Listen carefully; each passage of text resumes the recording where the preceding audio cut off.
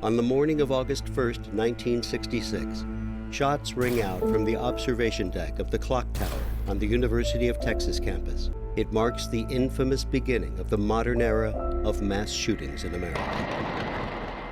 I'm Sarah Ferris, true crime podcaster. And I'm Katherine, the former head of the FBI's active shooter program. And you're listening to Stop the Killing.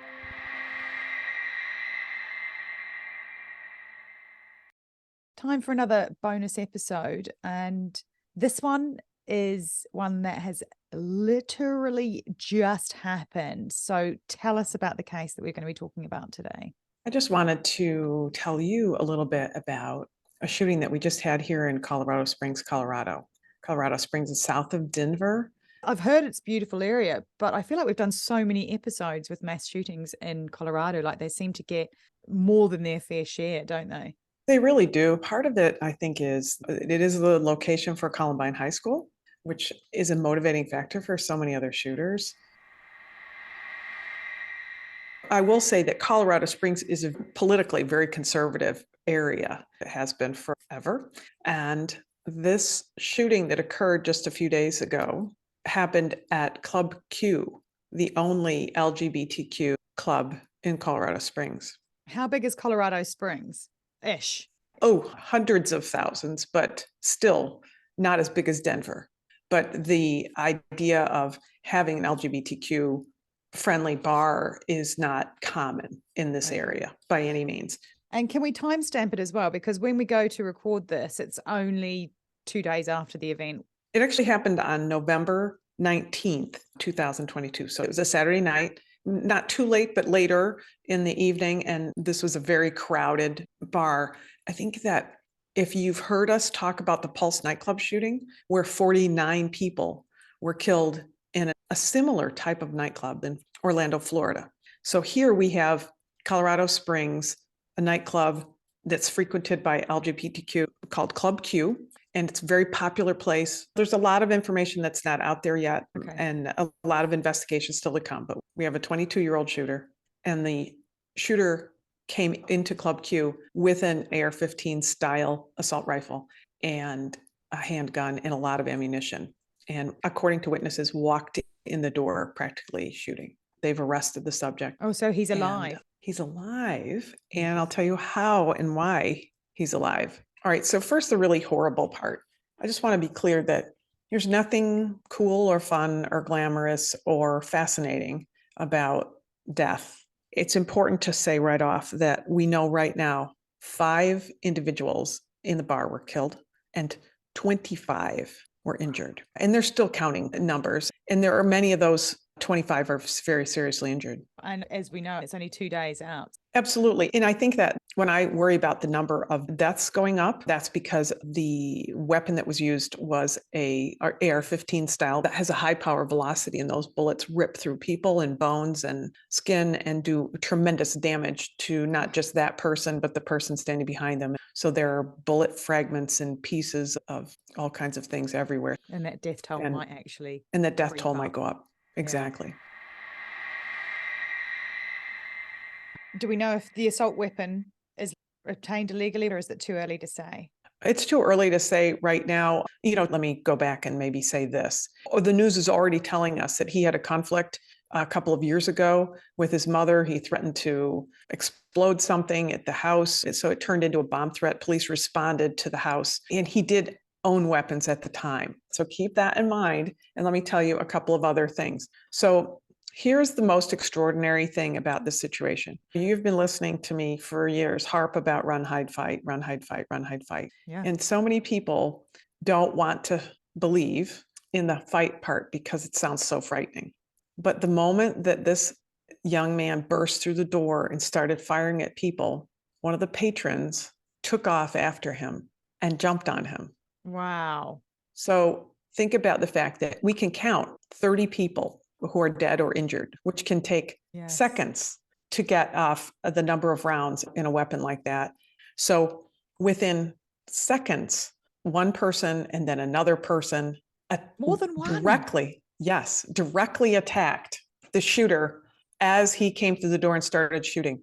Wow. Oh my goodness. That gives me such chills down the spine. Yeah. Amazing. If you're just listening to this, I want you to know I'm actually smiling. And I know that I shouldn't be smiling when we're talking about shooting, but it is so encouraging that after 10 years of telling people run, hide, fight, run, hide, fight. And I reflect on the size of this facility and how crowded it was, and the size of the Pulse nightclub and how crowded it was. 49 dead in the Pulse nightclub, 5 so far here. 5 is 5 too many. 30 people casualties is 30 too many.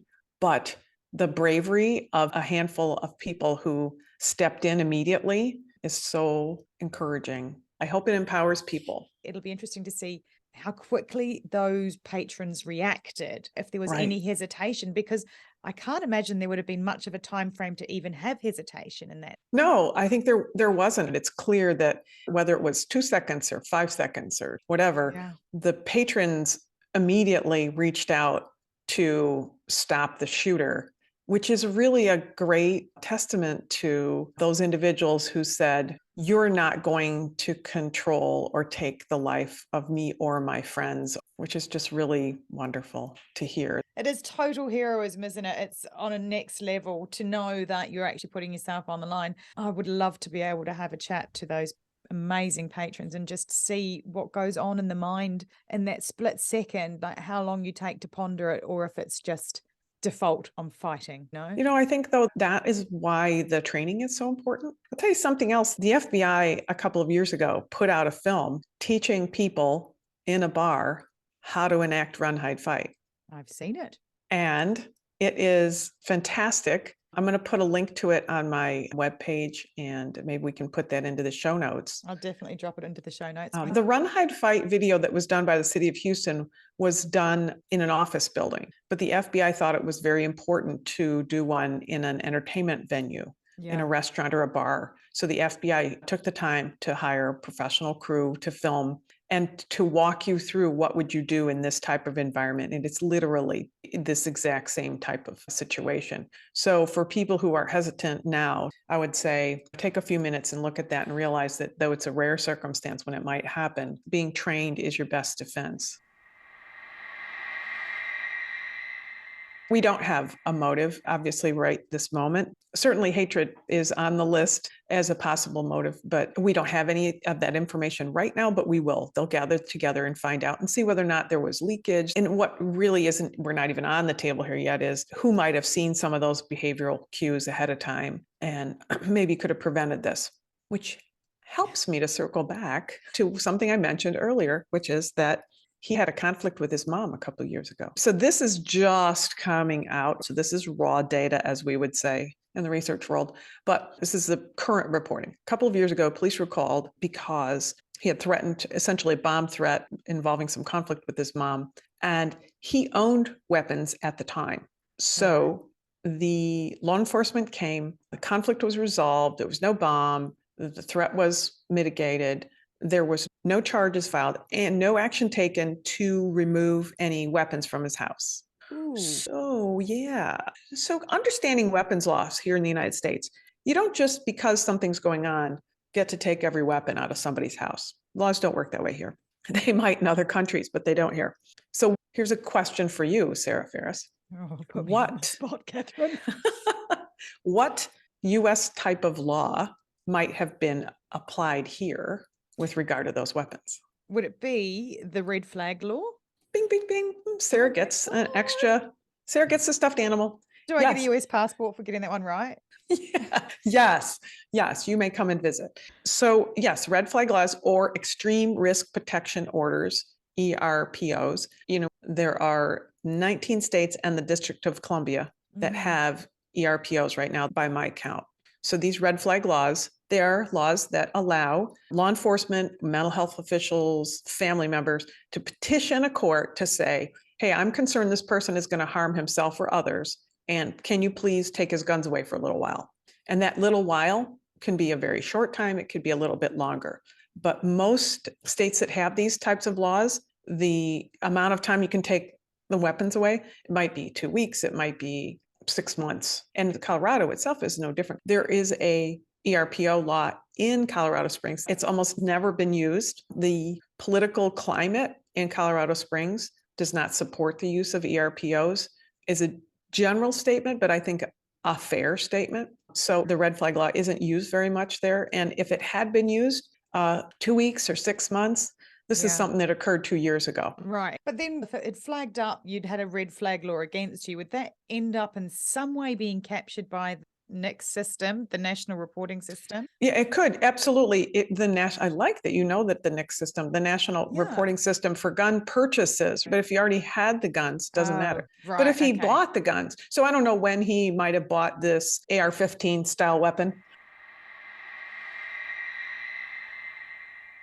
In the United States, we are clearly suffering with an increase in hate crimes. And though this has not been deemed a hate crime, it will be investigated as if it may be a hate crime. We do have a live shooter, so they'll be cautious about what they say because there will be a prosecution. He'll be charged, I'm sure, if he hasn't already been charged today with 5 deaths. More than anything else, what makes me really sad is that hate crime is on the rise in the United States for a bunch of reasons, for terrible reasons.